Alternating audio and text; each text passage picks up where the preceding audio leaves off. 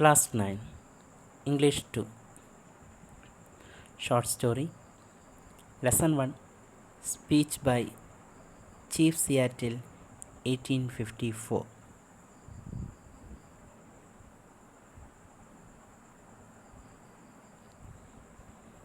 Chief Seattle was a Suquamish and Duwamish chief, a leading figure among his people.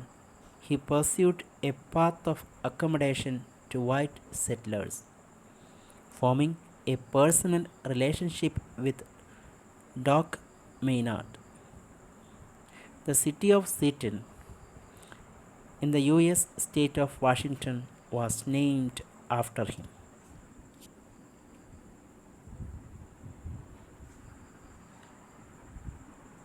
Summary of the speech.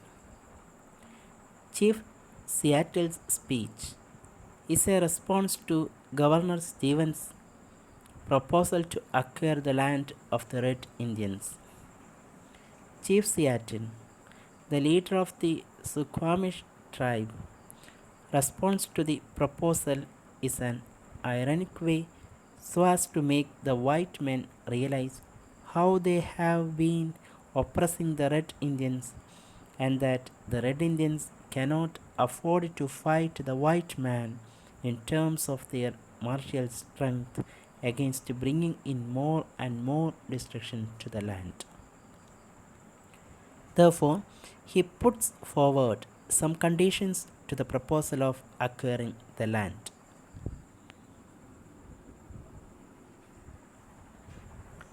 Let us summarize the speech in points form.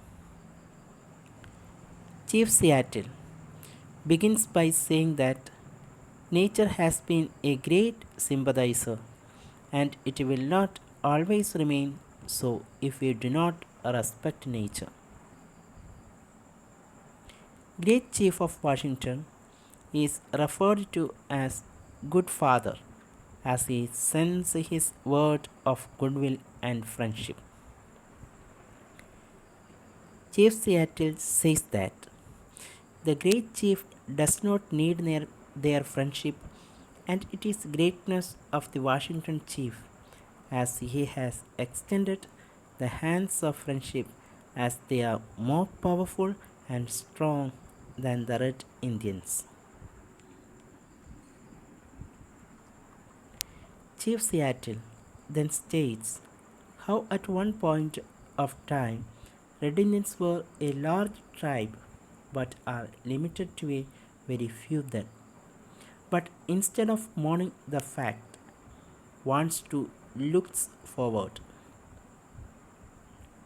He points out how youth is impulsive and therefore indulges in warfare which destroys the family and nature and makes the world and nature suffer.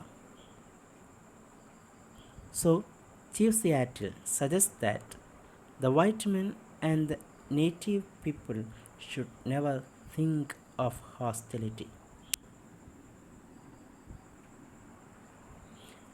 Then Chief Seattle mentions that the God of the white man is not the same as theirs, as the white man's God only protects the whites and forsakes the Red Indians. He moreover says that the God of the white men is partial to the Red Indians. He emphasizes that these two races have distinct origins and therefore there are many differences between them.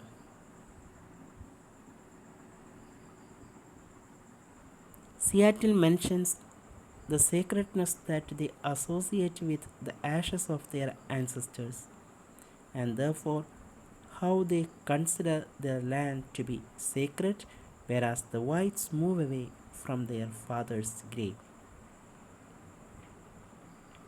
He mentions how in few decades the Red Indians will face certain kind of extinction, and he also warns that someday or the other the whites too will face the same destiny.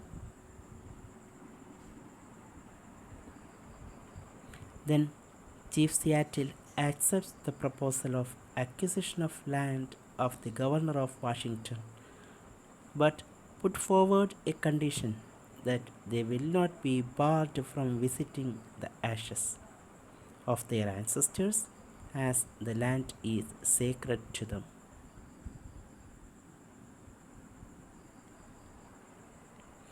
He ends his speech by saying that the white man never be alone, as even if the red Indians vanish, the spirits of the red Indians will always populate the land. He further requests the white men to deal with the land sympathetically, as for him the red are not powerless and the people who die merely change world.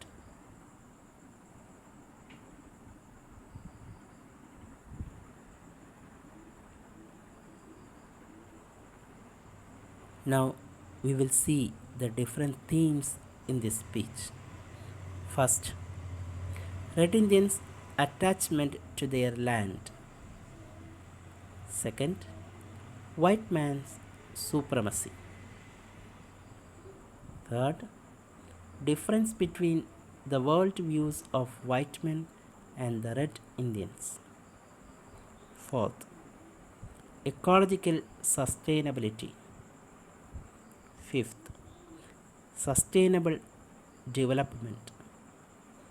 Sixth, red Indians and white man's God.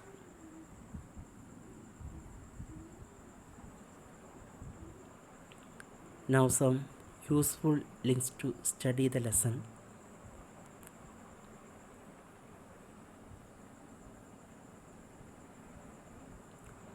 Thank you.